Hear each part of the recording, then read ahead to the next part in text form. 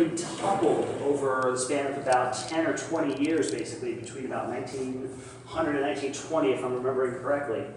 We go from about 600 to about 3,000. That's a huge increase.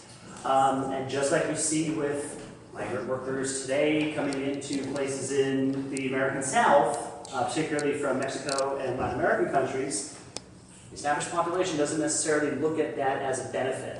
They look at that as competition. They look at that as outside, and they look at these people as an other that needs to be stopped, not as a person that needs to be welcomed, not as a member of the public, as somebody outside. Now let's throw on top of that, we opened in 1922. The modern KKK, the second wave of the KKK, peaks nationwide in 1915, holds on in Indiana until 1925. Our governor was a card-carrying member of the KKK until then. Which governor was that? I don't remember his name, actually. I believe it was. The Klan was strong. Yeah. The Klan was stronger in Indiana. The Klan was strongest outside the South. Indiana had the strongest Klan in the entire country outside the South. Right. And again, longer than it did nationwide. If anybody's ever heard of the movie Birth of a Nation? I know. Birth of a Nation? Oh, yeah. Classic film? Classic. Yeah.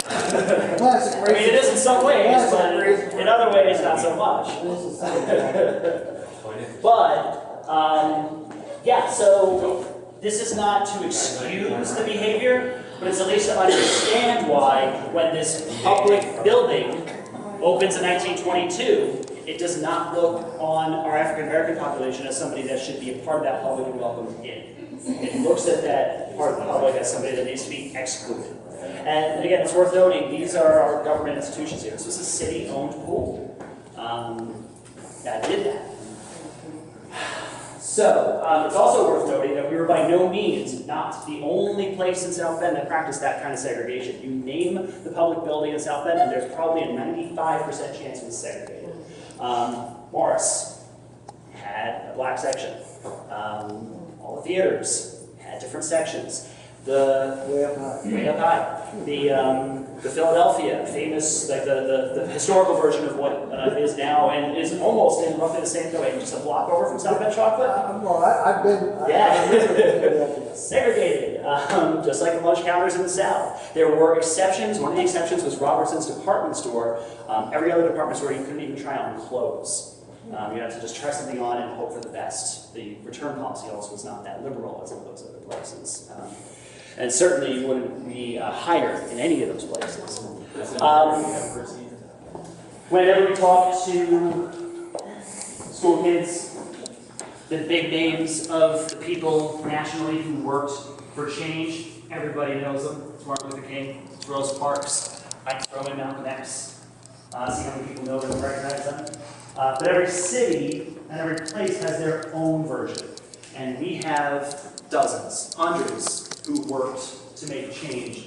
We focus on these. I like to focus on those two, Jay Chester and Elizabeth Fletcher Allen. They were a husband and wife lawyer team. Pretty rare for a woman in the 30s to be able to practice law. She ended up actually becoming a judge too.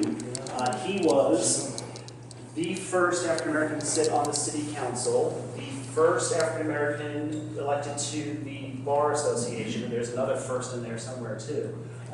He's done a lot of firsts, as well as her.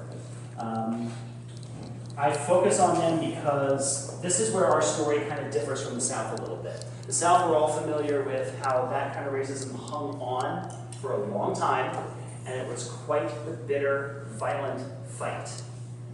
Our end of formal segregation happened a little slower, not quite as violent, and from a much more of a legal channel, because they were a husband and wife lawyer team, and they worked with the NAACP. They were lawyers for that. This guy was a lawyer. Jesse Dickinson, politician. I went to Dickinson Middle School. I never. This is. You went to it for a reason. I never heard. I didn't know who it was. In addition to being a state House of Representatives from our area, as was Jay Chester for a while too. So they asked that great legal question: By about the 30s, we got to remember too, there's a big giant pool out there that needs heating and cleaning, and this is 1922. It's coal powered. There's all this heat, there's all this smoke. When you leave here, take a look at the big chimney that's still in existence out there. That leads straight to the basement where there's this now cavernous hole that this big giant stove used to be.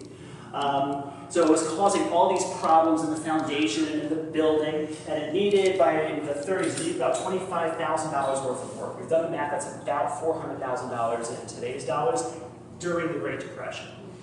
That ain't easy to raise back then. So the city goes to the state. That's when the lawyers get on. They say, is the color of our money different than the color of our skin? How is it that you can call yourself a public institution? We pay tax dollars into that public, and yet we don't get full access. Great question. And the state agreed, but this is 1936. We're only 11 years after KKK. We're not that far after it. So a lot of those same people are still there. So they're definitely not ready to give full access. So the state decides this building needs to be segregated. It starts one day a week. Kind of changes as time goes on. Big surprise when this public building finally opens up one day a week for African Americans. Not a whole lot of African Americans are coming in because here's this building that's told people for decades, you don't belong, you're not a part of the public, we don't welcome you. And so finally opening up the doors and saying, we're here, it's not enough to bring people in.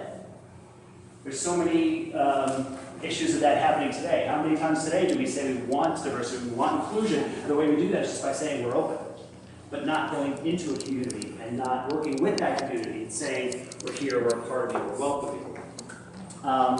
So big surprise, not a lot of people came in, which gave the city ammunition to